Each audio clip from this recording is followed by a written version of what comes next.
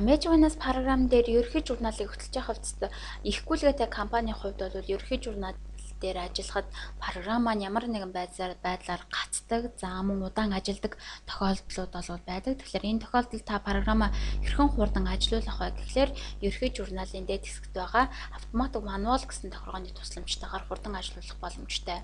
За энэ чектэй байгаа учраас автоматик гэсэн тохиргоо буюу автоматикаар таны програм болвол ерөнхий журналыг хөтлөө цаашгаа бүх тооцооллуудыг энэ ерөнхий журналаас програм өөрөө татаад явна гэсэн үг.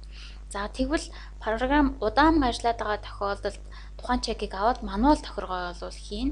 За мануал тохиргоо нь бол файлыг илүү хурдан ажилуулдаг боловч тооцооллыг дор бүр нь хийдэггүй. За хэрвээ тооцоолны хийх юм бол тайлан харах гэсэн товчлуур дээр дарсан тохиолдолд бол мануал маань шууд автоматик тохиргоон дээр өөр очино гэсэн байж байна. За тэгвэл би энэ дээр програм болвол мануал тохиргоон дээр бол тавигдсан байж байгаа. За энэ тохиолдолд би журналаа хөтлсөн байхад илүү хурдан болвол програм бол ажиллах боломжтой гэсэн үг. За үүний дараагаар тайлан харах гэсэн товчлуур дээр дарахад бол автоматар өөрөө автоматик гэсэн тохиргоон дээр бол тавигдана гэсэн байж байна.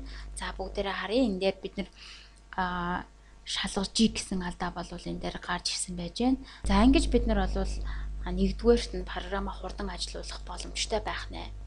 За дараагаар нь мөн дансны шинж харахгүй гэсэн байж байна. Тэгэхээр энэ товчлуур ямар үүрэгтэй вэ гэхлээр за би дансны шинж харъя гэсэн чеклээд өгье. За энэ тохиолдолд түүхэд материал гэдэг дансан дээр миний курсор байрлаж байна. Тэгэхээр энэ бол татврын тайланд очих зүйл гэсэн байж байна. Татврын тайлан дээр бол түүхэд материал гэдэг данс маань өөрөө очихгүй.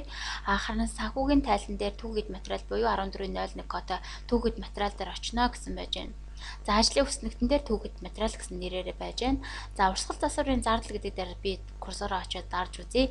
За урсгал засварын зардал гэдэг маань бол 107 буюу урсгал засварын зардал гэд татврын тайланд очих зам нь харагдаж байна. Харин санхүүгийн тайлан дээр бол засварын зардал гэсэн хэсэг дээр за ажлын хүснэгтэн дээр бол урсгал засварын зардал гэдэг нэртэйгээр харагдаж байна гэх мэтчлэн дансынханд бид нэр шинжийг ингээ харах боломжтой. За энэ тохиолдолд мөн хэрвээ энэ шинжийг бид нэр харахгүй гэх юм бол тухайн чекийг нь авна. За ингэж чекийг нь авсан тохиолдолд данснуудын маань шинж харагдахгүй учраас програм мөн ялгаагүй илүү хурдан ажиллах боломжийг бас олгож байдаг юм а. За дараагаар нь хянахгүй гэсэн давчлуур байж байна.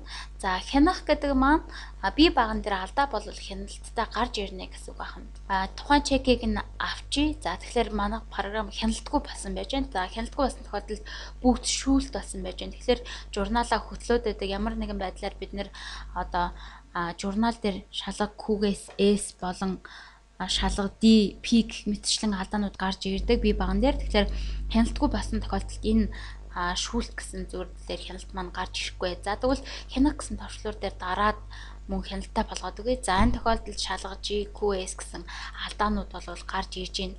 За тэгэхээр энэ товчлуур дээр дараад мөн ялгаагүй хяналтгүй болгож байгаа та ерөнхий журналаа хөтлснөөхөө дараагаар нь хяналттай болгоод бие баган дээр гарч ирж байгаа алдаануудыг нь засаад явах боломжтой. За ингэх юм бол мөн ялгаагүй програм бол ерөнхий журнал дээр хурдан ажиллах боломжтой болж байна.